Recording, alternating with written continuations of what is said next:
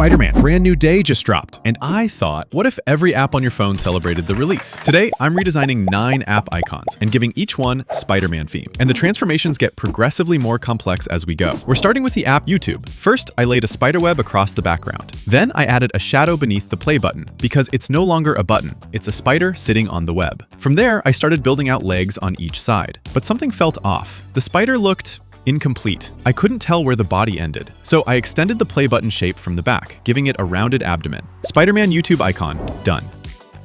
Apple Maps. For this one, I pulled from the games. I recreated Spider-Man's spider tracer from scratch in Photoshop, that little tracking device he throws onto enemies. Then I swapped out the navigation arrow and dropped the tracer in its place, with a glassy effect over it so it feels like it belongs inside the icon. Now, if the location pin is red, the highlighted route should be red too. But even after all that, it still didn't feel Spider-Man enough. So I shifted the entire icon's base color to blue and turned the Apple HQ marker red. Classic Spidey color split. I actually made 2 versions of this one. You tell me which one does the theme more justice. Alright, now things start getting more creative. The next icon, Higgsfield. I saw that curved arc looked exactly like one of Doc Ock's mechanical tentacles. So I angled the tentacles slightly to the side and attached claws at the ends. Then I modified the arc shape just enough to look mechanical and robotic, without losing the original icon silhouette. Added subtle highlights to the claws for depth. Then I noticed something in the reference. Doc Ock's claws have these subtle red indicator lights. So I painted in the tiniest red light on ours. Higgsfield as Doc Ock. Done.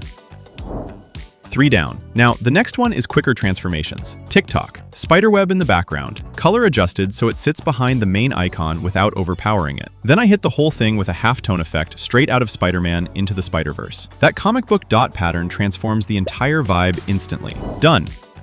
Next, WhatsApp. That green. You know what it reminded me of? The lizard. So I textured the entire background with lizard skin. Then for the speech bubble icon itself, I removed the pointy tail of the speech bubble and replaced it with a spiderweb formation that connects the cloud shape to the corner. So the icon looks like it's being held together by webbing. WhatsApp, Lizard Edition. Done. Now here's where the difficulty starts ramping up for real. Spotify. I went back to Into the Spider-Verse for this one. Specifically, those Spidey sense symbols that pop up whenever danger is near. I used those as the reference to replace Spotify's sound waves. Instead of smooth arcs radiating outward, you've got Spidey sense signals. Sharp, crackling, alive. Then I layered in chromatic aberration across the icon, that red-blue color split, and added the halftone effect on top. Same technique from TikTok.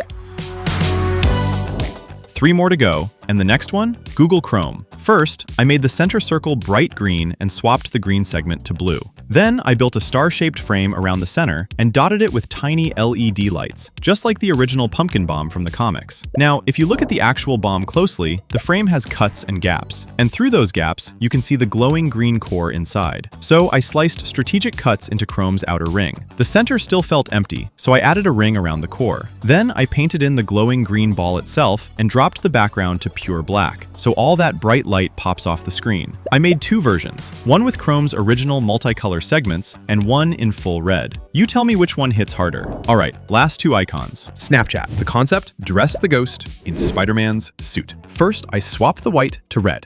Then, I painted in the blue sections of the costume and layered a spiderweb texture across the entire surface. Now, it's wearing the suit. Eyes were tricky. The Snapchat ghost is intentionally minimal, big, simple shapes. So I kept Spider-Man's eyes as clean ovals, no detail overload. Colored them according to our palette and added subtle highlights. But it still felt lifeless. Something was missing.